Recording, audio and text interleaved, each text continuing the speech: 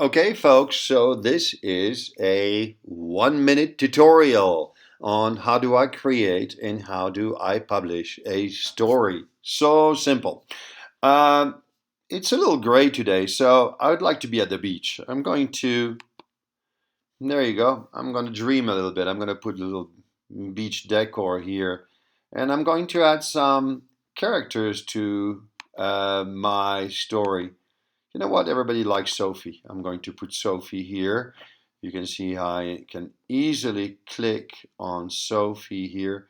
And maybe Sophie is having a fun time. Maybe she's running. Maybe she's playing with her dog at the beach. A dog. Can I find a dog? Let's see. I'm sure I can find a dog somewhere, right? So, yeah, if I click on animals, oh boy, I do have a lot of animals.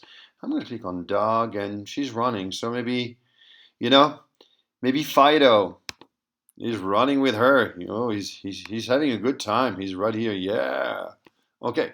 So they are having a good time. Okay. So you know what? I'm simply going to publish this story now. I like it. I tell you what. No, I'm going to copy this scene. I'm going to save, and I'm going to call it running at running at the beach, and I'm gonna put this in English. Why not? Okay, a little description. Why not? This is about ooh, uh, Sophie and Fido. Why don't I just capitalize this T here? Do I want this story to be public? Well, you know what? I'm still working on it. I'm not sure for the world to see my story, and you're going to understand what I mean by that. I'm going to uncheck make this story public. I'm going to click on save. Lovely. Now it is saved. And, well, that's not much of a story, right? So I should really maybe create another scene. Yeah, okay, great. I'm going to create another scene. I'm just going to, you know what, I like the beach, so I'm just going to keep the decor. I'm going to click here on copy scene. Let's copy this. I like that. Okay. By the way, did you notice that we are already way over my 1 minute? I lie. I always lie about how long it takes.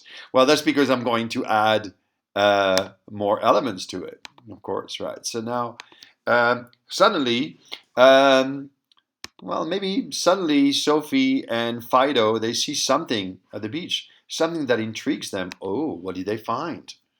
Oh, let me make him a little smaller. He seems to be a giant dog here on the beach. Hey, what did they find? They seem to have found something. And Sophie maybe is also looking. I can't quite remember all the situations that I created for Sophie. By the way, folks, I want you to know that I will keep adding more and more and more poses of Sophie here, right? So while the Sophie folder is opening, because, oh yeah, of course, I have very slow internet here. And while this is opening, I want to let you know that if you can find an image that you're looking for, remember, you can click on Find Request. I want Sophie to wear not Sophie. I want Sophie to wear a bathing suit for my new story. There you go. That's what I want. I'm going to send this to the QTALK folks, and hopefully they're going to post this new picture. I'm going to click on send.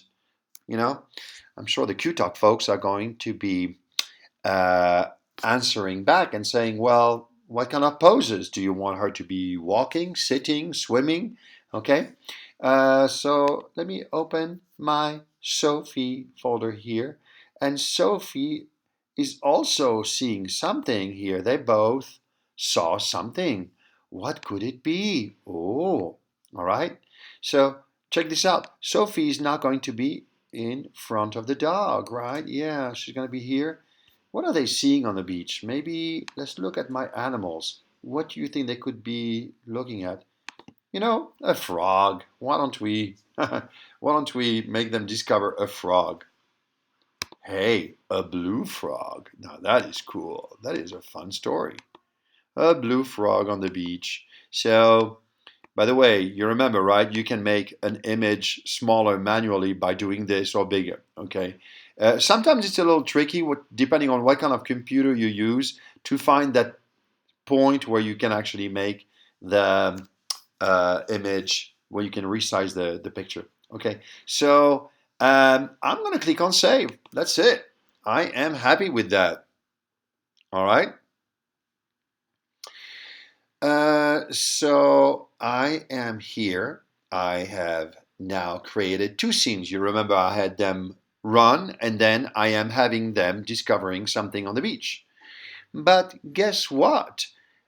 I can look at the top of the page and it says scene one. So, and this is copy of scene one. So if I click on copy of scene one, I am now looking at page one. So page one and page two have been reversed. Well, that's not good. I don't want that. I want my pages to be in the correct sequence. So I'm going to click on my stories. I'm going to put the sequence back. I'm going to shuffle my pages. I'm going to click on my stories here, right? It's going to send me to this page. I think I published this in English at the beginning. And here is my latest story, right? And maybe now look at this. On my stories here, there is a little icon here that says rename and rearrange scenes. Do you see how this appeared? Well, I'm going to click on that, okay? And the good folks at QTALK, well, they did a simple system. There you go. Bingo. Now I rearranged my sequence, and I am very happy with the way it looks. Let's now re-edit this story, and I have a feeling it's going to be in the correct sequence. Page one will be page one. Page two will be page two. Yeah, but wait a minute. Copy of scene one. No, no, no. We're going to call this page one.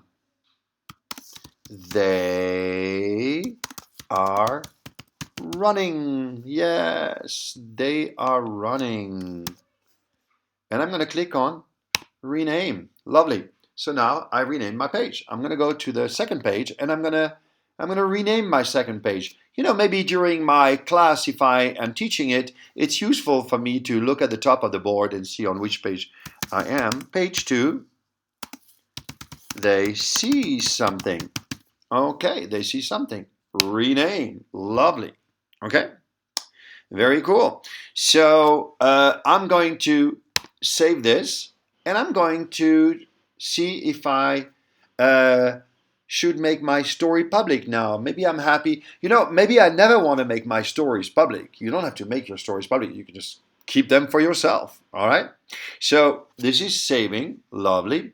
And I am now able to click on my stories. I'm going to go back here.